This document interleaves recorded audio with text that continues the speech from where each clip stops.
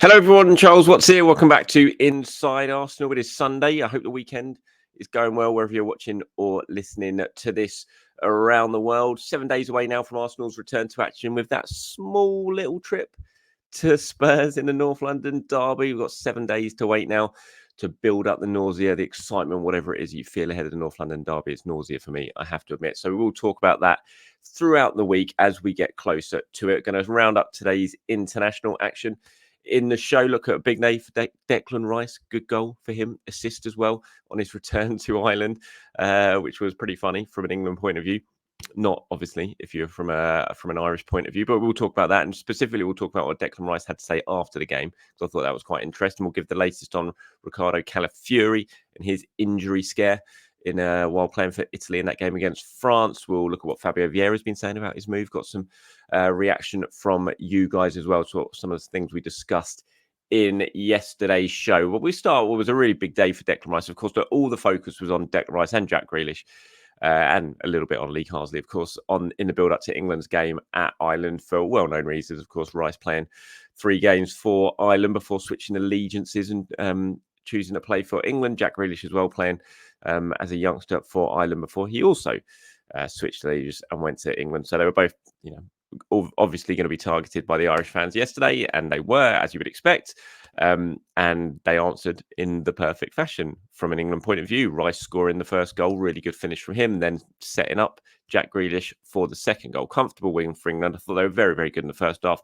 Not so good in the second half, just tailed away a little bit. Should have gone on and really sort of put that game to bed, really, because Ireland were there for the taking. But England, I don't know if it was them easing off or just playing poorly in the second half, but they couldn't quite go on and get the third and fourth goals that looked like they were probably going to go on and get in the first half. But it was a really good performance from Declan Rice. I thought he was excellent.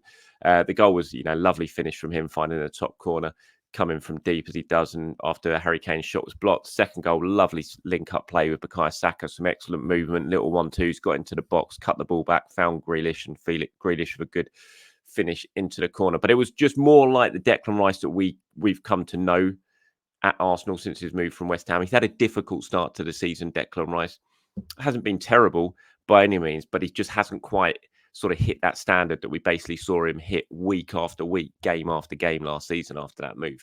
That sort of 8 out of 10 type performance that Rice just put in constantly last season. It's been more of a sort of 6 or a 7 out of 10 from him so far. And then obviously got the 2 yellow cards in the last game and the red card, and anyone else missed the Spurs game. And I thought what he was saying after was quite interesting. This is some of his comments. He said, obviously, to score and get the assist for Jack, I was really, really happy.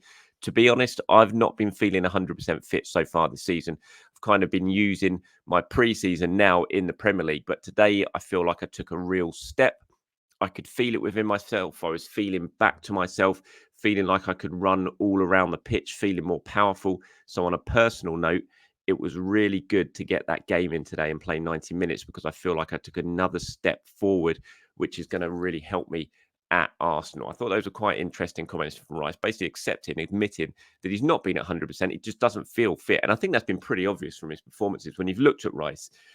And I thought it in the Euros as well, where, in fact, I didn't think Rice had a bad Euros by any means. I thought he was targeted pretty unfairly for his performance at the Euros. But he was coming off those games at the end of the Euros looking far more tired than I've seen from him his time at Arsenal. And then just in the opening games of this season as well, he just looks like he's not quite had that yard that maybe he had last season and that engine to be able to constantly get up and down the pitch, which is what he's all about. It's no surprise, given the amount of football he played last season, then going away in the Euros as well, that he's not been feeling on it. But that performance certainly looked more like the Declan Rice we know, and the fact that he admitted afterwards that he just felt more like himself.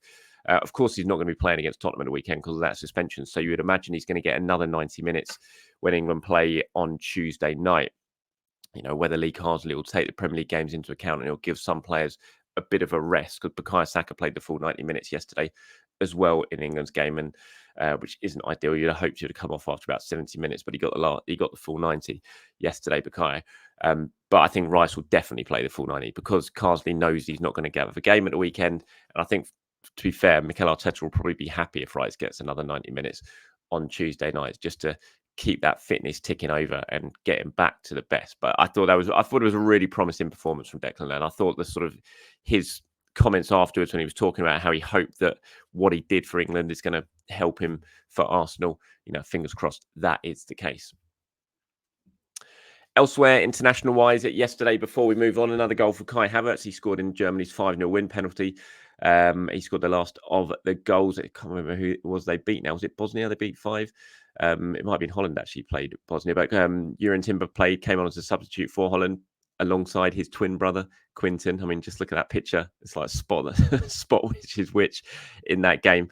And yeah, Jurgen came on. And I don't know if that's the first time they ever played together for the national side. It might have been. If it was, then that's an unbelievable achievement. And yeah, it was good to see him. He got about half an hour Jurgen Timber yesterday in there, win another comfortable win for them. Zinchenko came on. He got about 25 minutes in Ukraine. They lost, actually, Ukraine, beaten at home, saw an early lead to slip away, or a second half lead to slip away, and they lost 2-1.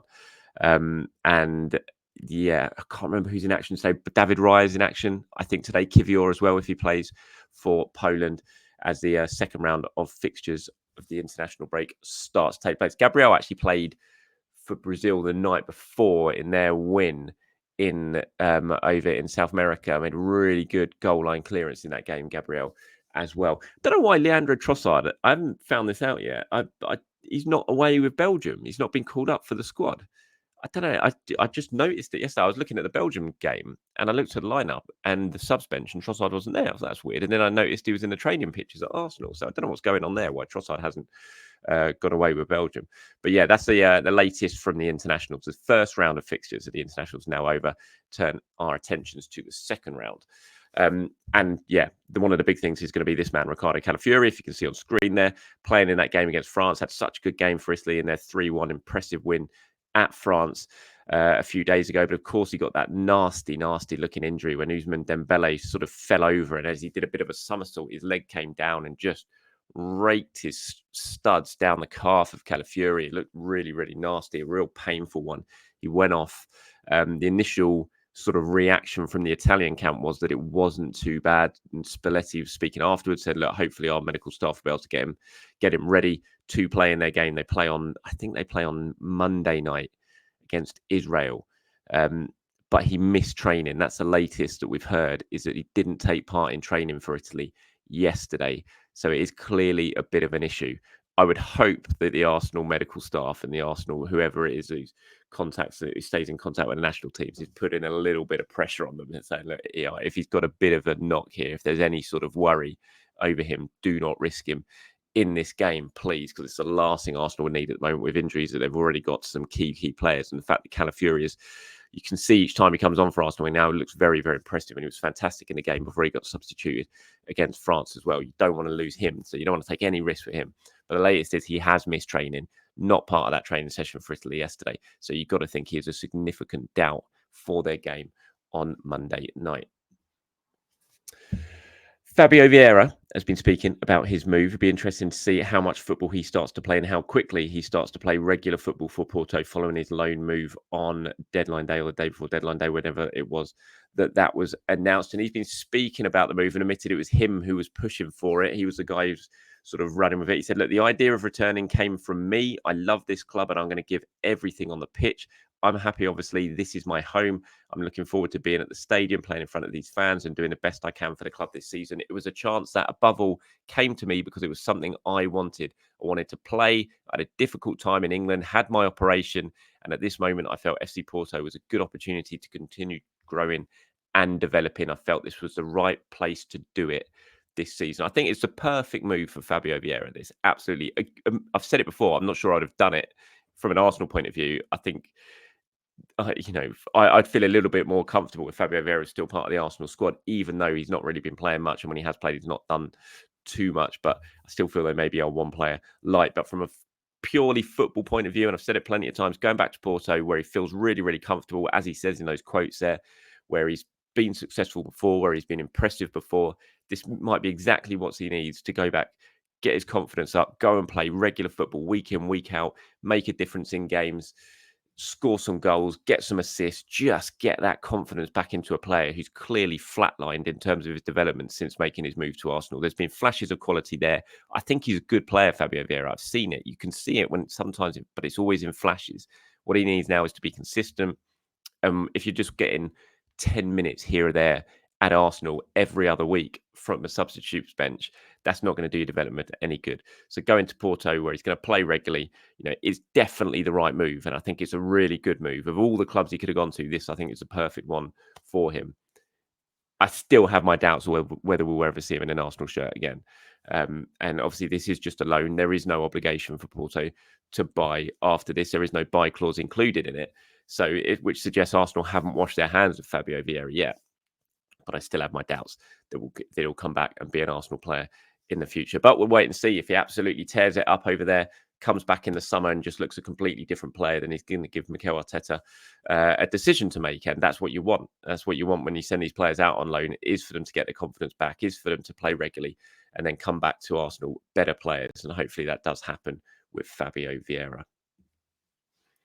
Right, moving on to the women yesterday. Big win for them. Oh, it was a little bit nervy though, wasn't it? It should not have been as nervy as that. Absolutely dominant for the majority of the game. I thought Rosenborg grew into it a bit in the second half when the fact it was still just 1-0, couldn't get that second goal, had so many chances. It should have been done and dusted. And so it could have just been a really relaxing final half an hour. But it wasn't. They were always on the knife edge when it was only 1-0 and all the chances kept getting missed. And you kept wondering, it's like, oh God, is this going to come back and bite them? But it didn't. They got the job done. They got the win. They're through to the next qualifying round now, which is, of course, going to be over 2 legs. They're seeded for that draw, which I think takes place on Monday, to see who they're going to get in those 2 games. But it was a good win in the end. Freedom Minam with the goal in the first half. Of course, Jonas, speaking afterwards, said the most important thing is that we are through. I think the performance from a goal scoring and opportunity creation perspective is quite good performance, but we need to score the second goal earlier. That would have made the second half a much different story than it was. And that's probably the slight disappointment from today. And I think he's absolutely right. And he then goes on to talking about having to learn from how the game panned out and being patient. And, as chances get missed, you've got to keep that patience a little bit, even if you are missing chances. And I think Arsenal definitely got a little bit nervy as that second half wore on. I think each chance that went, you could see it must have been weighing on their minds a little bit. And this is the same old story for Arsenal. Throughout last season, we've seen them dominate games, have chance after chance, not finish the game off, and then get picked off at the other end. And there was always the worry that was going to happen yesterday. It didn't, and that's a good thing. But I think Arsenal are going to have to, if they're going to progress in this tournament and make a mark, if they get through the qualifying rounds and then make a mark in the actual tournament, they're going to have to be more clinical in front of goal, because you can't pass up the opportunities that they had yesterday and expect to go as far in this competition as they would hope that they're going to go. Right, I thought this was an interesting debate. I was talking about Player of the Month yesterday. Obviously, Bukayo Saka got it, was named for Player of the Month for August. 42% of the votes, I think it was, he got. And I said it was probably a deserving one. And I did mention David Raya potentially as the only person who could maybe feel a little bit aggrieved that they didn't get it. And plenty of you are of the opinion, obviously, that David Raya should have been Arsenal's Player of the Month. Paul got in touch, said Player of the Month for me would have been Raya. Perfect performance against Villa at Villa Park. He was man of the match. No issue with Saka getting the Player of the Month. Could be any 3 with Kia, with Havertz as well. Great content as always, Charles. I do not often comment. Have a great family day. Thank you very much. And Dominic says, I hope you survived the birthday party. For me, Raya was Player of the Month. I'm not going to knock Saka, but Raya has been fantastic. Yeah, I agree. And I did survive the party. Thank you very much. It was great. My daughter loved it as well. Yeah, it was chaos. It was loud. But it is everyone survived, no injuries, which is always the best thing when you go away to a trampoline park for a party. No injuries. Today is her actual birthday, so I've been up since 6 a.m. Very excited. 10-year-old. How is my daughter 10? It's absolutely mad. So it's her birthday today. We're all going out a little bit later for a family meal as well. She got the Arsenal kit, Amy 10 on the back. The new Arsenal kit, the 3rd kit. She loves it. So, thank you very much, Dominic, for that. And Gunnar Max says, hi, Charles. I felt David Raya should have gotten the Player of the Month instead of Saka, considering his performances over these 3 games. When else would he get the award if not now? The man literally kept us in the game and saved our defensive blushes with some spell-bounding saves. It's a very good argument. It is, as I said yesterday, 2 huge saves in the game against Wolves and against Aston Villa. I thought he was very, very good against Brighton as well. Made some important saves in that at 1-1, especially as well. So, yeah, he could have easily got it, no doubt about it. But I'm not going to complain that Saka got it. I think Saka's had a good month as well. I think those 2 are certainly the 2 that would have been vying for the award. And that's about it from me today, everyone. Thank you very much for watching and listening. Of course, I'll be back tomorrow to do it all over again as we head into the second week of the international break. Thank goodness for that. And we'll start to prepare more and more for just that small little matter of the North London derby at the weekend. Until then, have a great day, everyone. Enjoy the end of your weekend. Speak to you soon. Bye-bye.